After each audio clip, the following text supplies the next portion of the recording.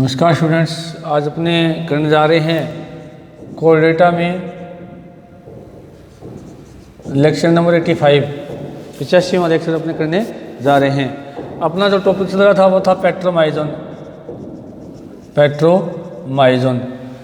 अपने बात कर रहे थे पेट्रोमाइजोन का जो पाचन है, डाइजेस्टिव सिस्टम, उसकी अपने बात कर रहे थे। तो डाइजेस्टिव सिस्टम के लिए आपको बताया था कि इसके अंदर जो है जो पाचन तंत्र है उसको थोड़ा सा मैं हल्का सा रिपीट कर देता हूँ, क्योंकि इसके अंदर पाचन तंत्र और श्वसन तंत्र दोनों एक दूसरे से जुड़े हुए होते हैं, तो उनको अपने थोड़ा सा डिस्कस करते हैं। तो इसमें सबसे पहले आपको बताया था कि पाचन तंत्र के लिए इसके अंदर सबसे पहले बक्कल फनल पाई जाती है।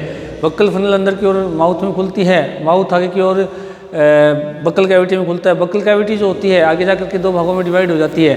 नीचे की ओर जो फेरेंजियल बास्केट होती है उसमें उसका एक भाग खुलता है और दूसरा जो भाग है वो उसमें अपने स्टमक में खुलता है, उसमें ओइसोफेगस में खुलता है। ओइसोफेगस आगे सीधे इंटेस्टाइन में खुलती है। इंटेस्टाइन आगे जो है पश्चिम पर जाकर के क्लोएका के अंदर एनएस के रूप में बाहर की ओर खुलती है। उसके अलावा आपको बताया था कि इसके अंदर ये डाइजेस्टिव सिस्टम कम्प्लीटली होता है, क्योंकि इसके अंदर मुख भी है और एनएस भी दोनों पाए जाते हैं। एनएस क्लोएका के रूप में बाहर की ओर खुलता है। उसके बाद में आपको बताया था कि इसके अंदर डाइजेस्टिव ग्लैंड्स पाई जाती हैं। इसके अंदर जो है लार ग्रंथियाँ और जो है लीवर दोनों पाए जाते हैं। लार ग्रंथियाँ जो होती हैं उनके द्वारा एक प्रतिस्कंदक, रक्त प्रतिस्कंदक का स्राव होता है, क्योंकि जब भी ये जंतु रक्त को चूसता है तो रक्त को चूसता है उतनी देर इसमें क्या होता है कि जो रक्त का थक्का नहीं बनना चाहिए, क्योंकि रक्त चूसने वाला जंतु होता है तो रक्त का थक्का नहीं बनना, इसलिए इसकी लार स्रावित होती थी और लार में रक्त प्रतिस्कंदक होता है जो कि प्रपोषी जंतु के रक्त का थक्का नहीं बनने देता है। उसके बाद में यदि अपने बात करें जो इसकी लीवर है, लीवर इसके अंदर पाया जाता है, परंतु इसके अंदर जो स्प्लीन और जो पैंक्रियाज है वो लार्वा अवस्था में पाए जाते हैं, परंतु अवयस्क अवस्था के अंदर इसके अंदर क्या होते हैं, एब्सेंट होते हैं। अब देखिएगा इसके अंदर यदि हमने पाचन की बात की थी कि जो है इसमें जो ब्रैंकियल बास्केट होती है, उस ब्रैंकियल बास्केट के दोनों ओर क्या होते हैं कि 7 जोड़ी गिल स्लिट्स पाए जाते हैं। गिल स्लिट्स के अंदर क्या स्थित होते हैं, गिल्स उपस्थित होते हैं। ये बात आपको मैंने बताई थी इससे पहले भी। अब देखिएगा कि इसके अंदर एक संरचना विलम, उसकी हम बात करें तो विलम जो है बहुत ही इंपॉर्टेंट एक प्रजनन संरचना होती है जिसको गुंठिका या विलम कहते हैं। विलम जो होती है वो क्या करती है कि जो भोजन है वो ब्रैंकियल बास्केट में ना आ पाए, यानी फेरिंक्स में नहीं आ पाए, केवल और केवल वो ओइसोफेगस में जाए। इसको रोकने का काम कौन करती है, विलम या गुठिका करती है। ये बात आपको बताया था। तो ये इसकी पाचन तंत्र की क्या होती है स्ट्रक्चर। अब सीधी सी बात है कि भोजन लेने का जो तरीका था उसमें सीधा ही होता है इसके अंदर कि भोजन जो है वो बक्कल फनल द्वारा लिया जाएगा। बक्कल फनल भोजन लिया जाएगा। इसमें कौन मदद करेगा, इसके एक तो टंग मदद करते हैं और एक कौन करता है, इसके जो हॉर्नी टीथ्स हैं, हॉर्नी टीथ्स हैं वो मदद करेंगे। बक्कल फनल से भोजन कहाँ लिया जाएगा, माउथ में। माउथ से फिर कहाँ आता है, ओइसोफेगस में। ओइसोफेगस से फिर इंटेस्टाइन में और इंटेस्टाइन से फिर क्लोएका के कौन से भाग में, एनएस वाले भाग से क्या किया जाता है, अपशिष्ट भोजन को क्या किया जाता है, बाहर निकाल दिया जाता है। तो ये इसका भोजन का क्या है, मार्ग देता है। भोजन इस मार्ग से क्या करता है, बाहर अपचित भोजन है वो तो क्या किया जाता है कि अंत में जो है उसका पाचन भी पूर्ण हो जाता है और साथ में क्या होता है कि भोजन का अवशोषण होता है, क्योंकि आंत के अंदर आंत्र वलन यंत्र जिसको हम कह सकते हैं स्क्रोल वाल्व पाए जाते हैं, जो क्या करते हैं भोजन को कई देर आंत में रोके भी रखते हैं और साथ में क्या करते हैं भोजन के अवशोषण का भी क्षेत्रफल भी क्या उनसे बढ़ जाता है, जिसको प्लेंटिफ्लोसोलर कैंचुए के अंदर प्लेंटिफ्लोसोल नाम आया था, वैसे इसके अंदर अंतर्वलन बोला जाता है। तो बक्कल फनल से माउथ में और बक्कल फनल में जब भोजन आता है तो उसके अंदर एक तो टंग और एक इसके अंदर हॉर्नी टीथ, ये दोनों इसके अंदर क्या करते हैं, यूज होते हैं। यहाँ से जो है माउथ में जाएगा, माउथ से ओइसोफेगस में, स्टमक इसमें क्या होता है, एब्सेंट होता है। स्टमक एब्सेंट होता है। उसके बाद में भोजन इंटेस्टाइन में, इंटेस्टाइन के अंदर भोजन का पाचन भी पूर्ण हो जाता है और साथ में जो है भोजन का अवशोषण भी होता है, क्योंकि स्क्रोल वाल्व भी पाया जाता है। और बाद में जो अपचित भोजन है वो क्लोएका के एनएस वाले भाग से क्या किया जाता है, शरीर से बाहर निकाल दिया जाता है। तो ये इसका क्या रहता है, भोजन का मार्ग देता है। अब बात करते हैं इसके रेस्पिरेशन की। अब बात करते हैं इसके भोजन के रेस्पिरेशन की। और रेस्पिरेशन की यदि हम बात करें इसमें, तो इसके अंदर गिल स्लिट्स पाए जाते हैं।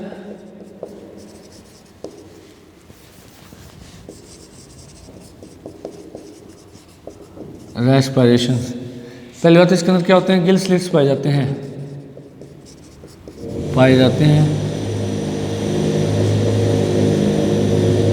सात जोड़ी होती हैं। कितने जोड़ी होते हैं, 7 जोड़ी गिल स्लिट्स इसके अंदर पाए जाते हैं। और गिल स्लिट्स जो होते हैं, गिल पाउच जो होते हैं, वो गिल पाउच या गिल्स जो स्लिट्स होते हैं उनके अंदर क्या होते हैं, गिल्स पाए जाते हैं। क्या पाए जाते हैं, गिल्स पाए जाते हैं।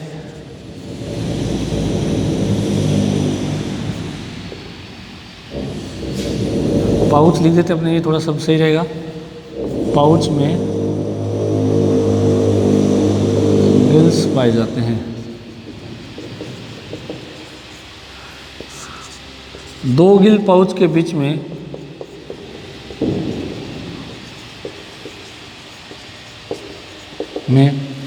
जो है इंट्राब्रैंकियल सेप्टा होता है।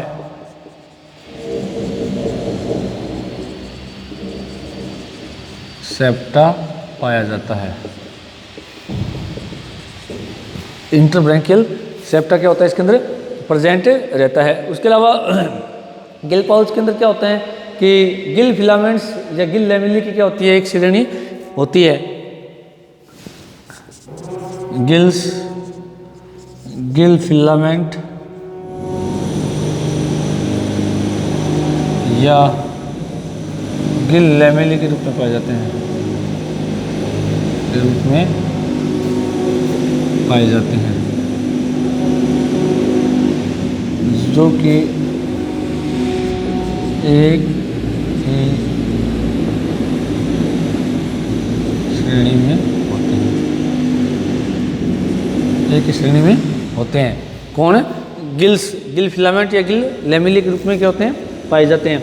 अब देखिएगा इसके अंदर अगर हम बात करें कि जो गिल स्लिट्स होते हैं, देखो प्रत्येक गिल पाउच के 2 भाग होते हैं, एक बाहर की ओर खुलता है छिद्र और एक कहाँ खुलता है, अंदर की ओर। तो जो बाहर की ओर खुलता है छिद्र उसको कहा जाता है एक्सटर्नल गिल स्लिट कहा जाता है, जो अंदर की ओर खुलता है उसको कहा जाता है इंटरनल गिल स्लिट से कहा जाता है। तो ये 2 तरह के क्या होते हैं, इसके अंदर गिल पाउच पाए जाते हैं, गिल स्लिट्स पाए जाते हैं।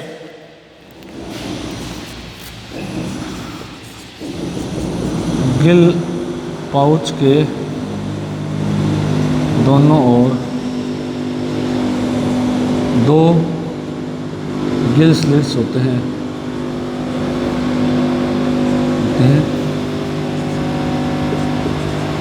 अंदर की ओर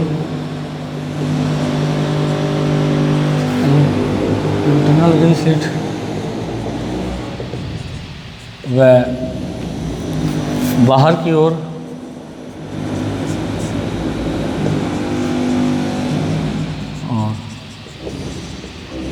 एक्सटर्नल गिल स्लिट होते हैं, एक्सटर्नल गिल स्लिट्स पाए जाते हैं। अब देखिएगा कि इसके अंदर यदि हम बात करें कि रेस्पिरेशन का मैकेनिज्म क्या रहता है, इसको मैं थोड़ा सा डायग्राम से भी आपको बताने का कोशिश करूंगा अभी। तो इसमें रेस्पिरेशन की यदि हम बात करें तो इसका जो एमोसिएट लार्वा है, अभी देखिएगा मोस्टली मछलियों में क्या होता है कि मुख जो है वो जल जो है मुख से घुसता है, घुसने के बाद में जल जो है एक्सटर्नल गिल स्लिट में आता है, एक्सटर्नल गिल स्लिट से किस में आता है, गिल पाउच में आता है। और गिल पाउच में गिल्स मौजूद होते हैं, गिल फिलामेंट के रूप में या लैमेली के रूप में। उनके ऊपर से जब जल होकर के गुजरता है तो उन फिलामेंट्स के अंदर क्या होती है, ब्लड वेसल्स होती हैं जो कि उस जल के साथ गैसेस एक्सचेंज करती है और फिर उस जल को क्या किया जाता है, एक्सटर्नल गिल स्लिट से क्या किया जाता है, बाहर निकाला जाता है। अब देखिएगा एमोसिएट जो लार्वा होता है उसके अंदर सेम ऐसा ही होता है कि जल बक्कल कैविटी से यानी माउथ से घुसेगा, बक्कल कैविटी में आएगा, बक्कल कैविटी से एक्सटर्नल गिल स्लिट्स में, एक्सटर्नल गिल स्लिट से गिल पाउच में, गिल पाउच से होते हुए इंटरनल गिल स्लिट से गिल पाउच में और गिल पाउच से फिर एक्सटर्नल गिल स्लिट से क्या किया जाता है, बाहर निकाला जाता है। आज तक हमने यही पढ़ा है और यही हम सोच सकते हैं, परंतु इसके अंदर क्या होता है, श्वसन का मैकेनिज्म अलग होता है। इसके अंदर क्या होता है कि ये रुधिरधारी जंतु होता है। रुधिरधारी यानी कि ये भोजन के रूप में क्या करता है कि ये जो है दूसरे जंतु का रक्त चूसता है, तो जितनी देर रक्त चूसेगा उतनी देर ये जल को मुख से अंदर नहीं जाने देगा। अब नहीं जाने देगा तो फिर इसके अंदर क्या शोषण, तो उस टाइम भी चलेगा, और शोषण चलेगा तो उस दौरान क्या होता है कि जो जल इसके अंदर क्या होता है, एक्सटर्नल गिल स्लिट से घुसेगा, गिल पाउच में आएगा, गिल पाउच से फिर इंटरनल गिल स्लिट में आएगा, और इंटरनल गिल स्लिट से वापस एक्सटर्नल गिल स्लिट से क्या किया जाता है, बाहर निकाल दिया जाता है। यानी कहने का मतलब क्या हुआ कि इसके अंदर जो जल है वो बक्कल कैविटी यानी मुख से घुस करके नहीं जाता, बल्कि क्या किया जाता है, केवल और केवल गिल स्लिट से होकर के ही अंदर और बाहर निकलता रहता है। कब, जब ये भोजन लेता है। और अब इसके अंदर क्या हो कि जो ये जल है वो बक्कल कैविटी में नहीं जाए, तो इसके लिए विलम जो है हमने बात की थी, क्योंकि हमने इस तरह से इसका डायग्राम बनाया था, अगर आपको याद है कि जैसे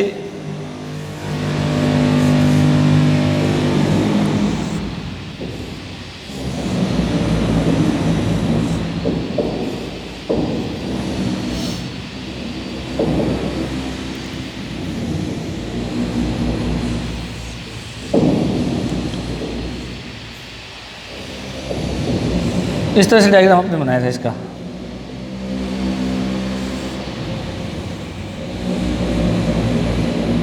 इस तरह से डायग्राम बनाया था आपने।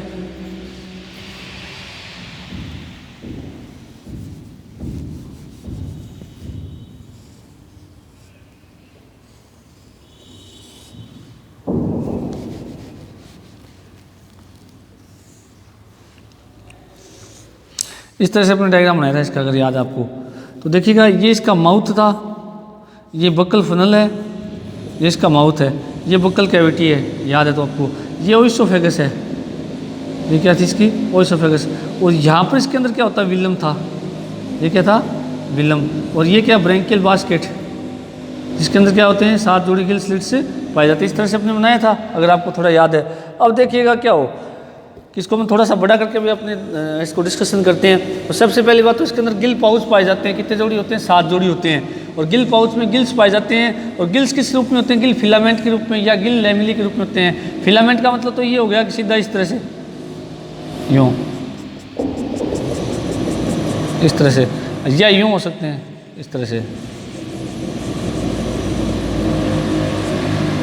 तो फिलामेंट के रूप में हो सकते हैं या लैमेली के रूप में हो सकते हैं, कौन, गिल्स। उसके बाद में 2 गिल पाउच के बीच का एरिया क्या कहलाता है, इंटरब्रैंकियल सेप्टम कहलाता है। क्या कहलाता है, इंटरब्रैंकियल सेप्टम, जिसको कह सकते हैं, यानी फेरिंग्स का वो भाग जो 2 गिल पाउच को एक दूसरे से अलग करता है, उसको इंटरब्रैंकियल सेप्टा कहा जाता है। और गिल्स बताई दिया आपको कि फिलामेंट या लैमेली के रूप में पाई जाती है पाउच में। और गिल पाउच के दोनों और 2 गिल स्लिट्स होते हैं, अंदर की ओर का क्या कहलाता है, इंटरनल गिल स्लिट, और बाहर की ओर क्या कहलाता है, एक्सटर्नल गिल स्लिट्स होते हैं। अब देखिएगा कि इसको थोड़ा सा अगर स्ट्रक्चर को अपने बनाने का प्रयास करें,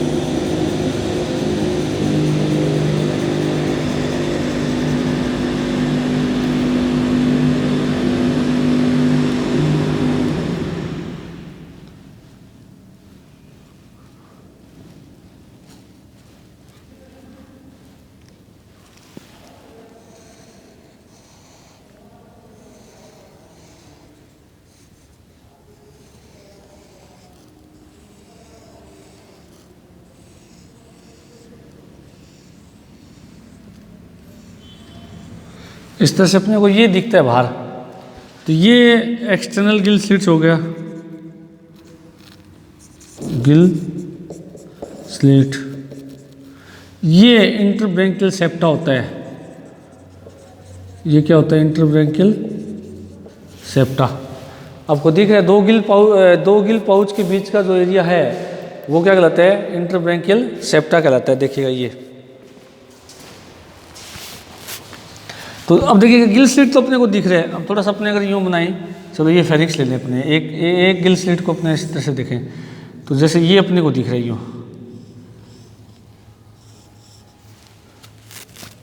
देखिएगा ये इस तरह से ये। तो ये क्या है? External Gill slit. ये क्या हो गया? Internal Gill slit.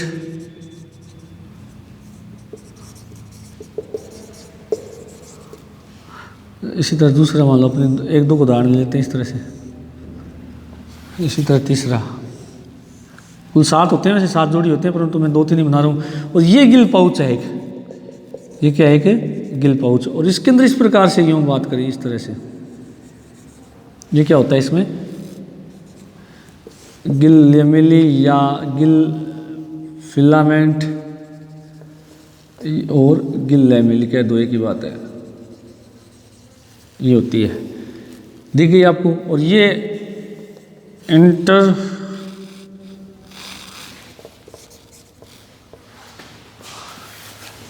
इंटरगिल सेप्टम।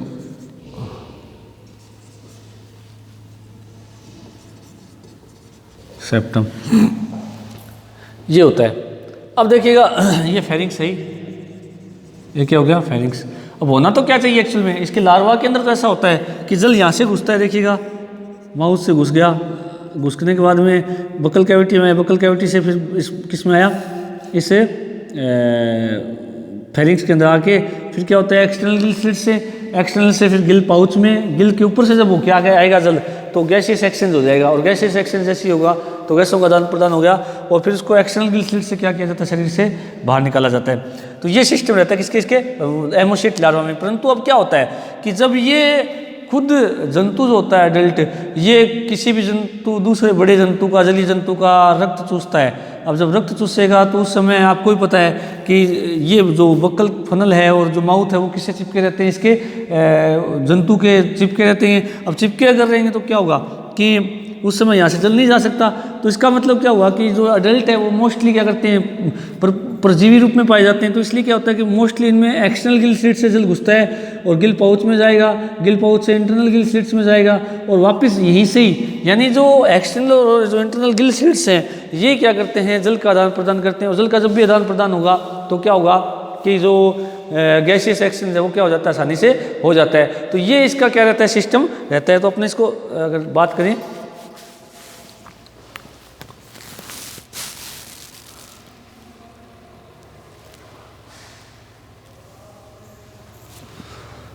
ठीक है। और उस समय क्या होता है इसके अंदर? एक चीज़ और है कि ये जो विलम है, विलम क्या करती है कि जो जल यहाँ से जा रहा है यहीं से वापस आ रहा है, यानी एक्सटर्नल गिल स्लिट से जल अंदर घुस रहा है और उसी से बाहर निकल रहा है। तो उस समय क्या होता है? ये विलम इस भाग को ढके हुए रखती है ताकि जो जल है वो कहाँ ना घुस जाए, उसको फैगस में ना चला जाए। अच्छा, विलम के अब 2 काम हो गए कि जब रक्त चूसता है तो रक्त यहाँ ना आ जाए, ये काम विलम करती है ताकि श्वसन मार्ग में रक्त ना जाए। दूसरा, जो जल यहाँ से जा रहा है वो ओइसोफेगस में ना आ जाए, तो ये काम भी कौन करती है? विलम। तो विलम एक कपाट की तरह काम करती है। जैसे अपने बॉडी के अंदर जैसे ट्रैफिक पुलिसमैन पाया जाता है, एपिग्लोटिस ढक्कन जो होता है ग्लोटिस के ऊपर, ठीक वैसा ही काम यहाँ पर कौन करती है? विलम करती है। जो जल और जो भोजन है उसको एक निश्चित मार्ग प्रदान करती है।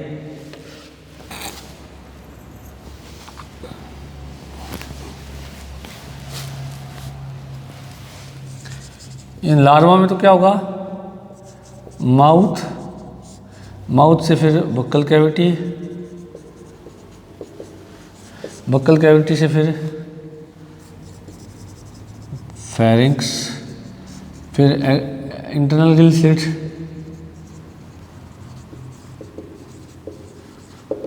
फिर कहाँ आएगा? गिल पाउच, फिर एक्सटर्नल गिल स्लिट।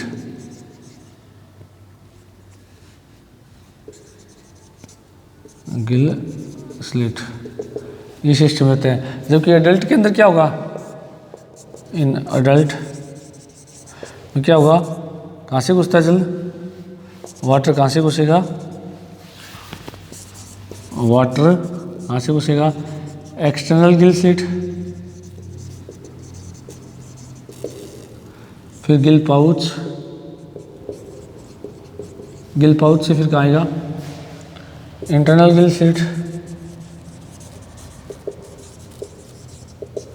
फिर कहाँ आएगा, गिल पाउच में आ जाएगा वापस, और गिल पाउच से फिर कहाँ, एक्सटर्नल गिल स्लिट।